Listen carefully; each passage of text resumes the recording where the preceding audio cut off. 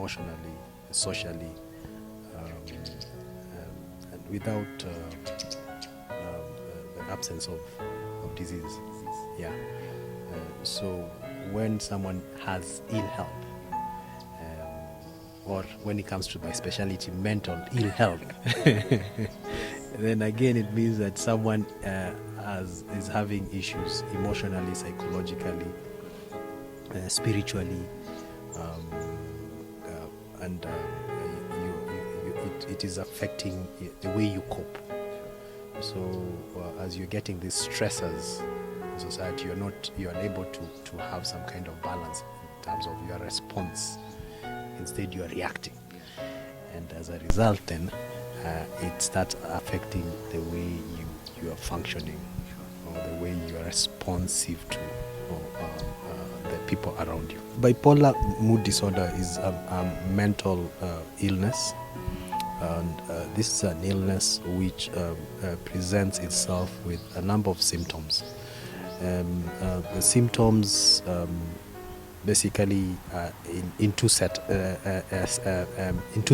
is the manic phase and phase of symptoms, and there is the depressive phase. The symptoms of depression are the ones that you will actually see in anyone who is depressed. Of course, we'll talk about, maybe for starters, we can talk about the first type of bipolar, which is called bipolar 1. People who have bipolar 1 would tend to have a manic phase where they all of a sudden you find someone having pressure of speech. By this I mean they're having so many stories. They don't have breaks. They can start telling you something and then go on, and they will move from one topic to another. They'll tend to be extremely hyper. They can't sit still in one place. It's almost like you can't contain them. This minute they'll be here, in 10 minutes you'll hear they'll be in town. These are the people who ordinarily during that phase might do extraordinary things. Someone who is against tattoos or that kind of things, you'll come in the evening and find that they put a tattoo simply because they liked the idea. This is a person who also might tend to become extremely aroused sexually, and they might at that phase engage in risky behavior. Money, you'll find someone might actually go to the bank and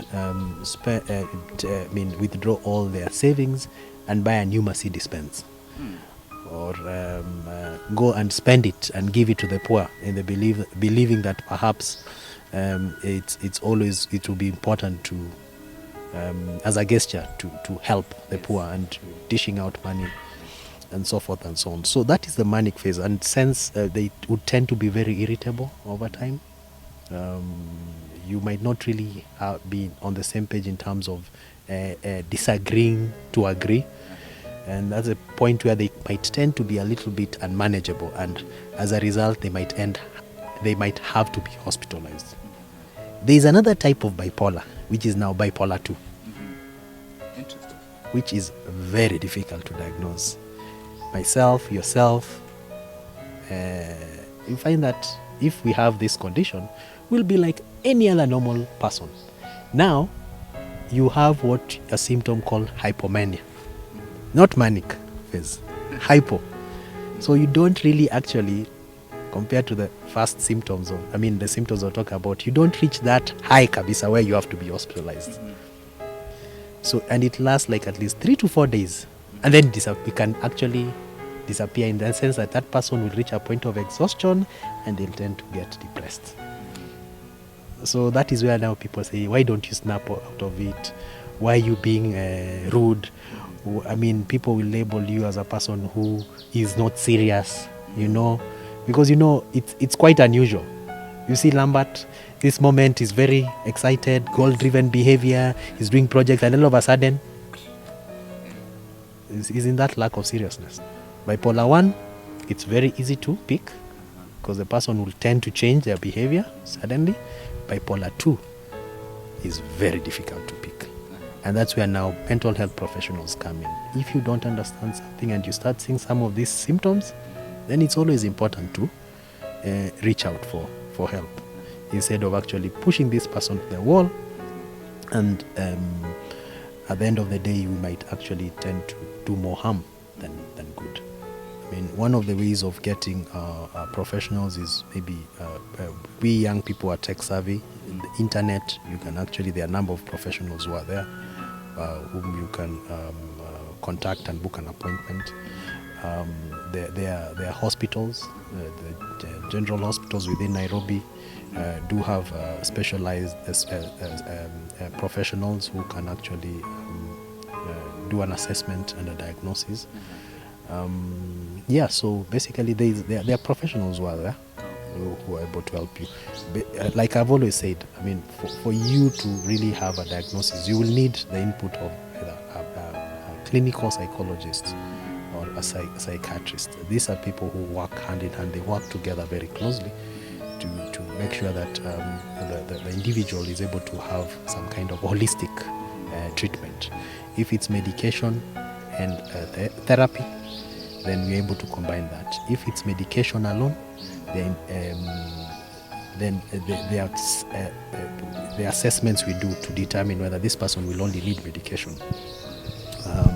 And if it's therapy alone, the same. I mean, we'll do an assessment and then we'll decide this person will need therapy first before consider treatment. Early diagnosis is very important. When you pick these conditions early, then you're able to manage them very well over the years on very low doses of medication. And at times one reaches what we call remission, and maybe you can actually decide with your mental health professional and the other stakeholders, support network, what to do basically, whether to reduce and eventually stop treatment and see what happens, or to continue the medication for quite some time. Basically, one, socially, I mean, you might lose a lot work-wise, you might have relationship issues, you might tend to even, like we say, when someone plunges into a depression, you can be in a very, very bad place, and perhaps someone can even attempt suicide. Certain things might mean you expose yourself to physical conditions, because when you're out there and exposing yourself, you could actually get into illnesses, STIs and so forth and so on. You expose yourself to accidents, okay, road traffic accidents, when you're very excited, hyper. Substance use, people who have bipolar tend to use alcohol and drugs to self-medicate. So when sometimes we as Christians meet people who are using substance, and perhaps before they were not, you might find that the reason why they are using it is because they are self-medicating. Because actually it does at times regulate the emotions, but it's temporary. Because after that then you plunge into a depression. So it is important to appreciate that those are some of the factors, the risk factors, some of the factors that can actually bring about not so very good results, effects. Yeah. First of all, let's be very careful about the terms we use that stigmatize our brothers and sisters who could be having mental illness. Mental illness is no different from physical illness. It's just the presentation, okay?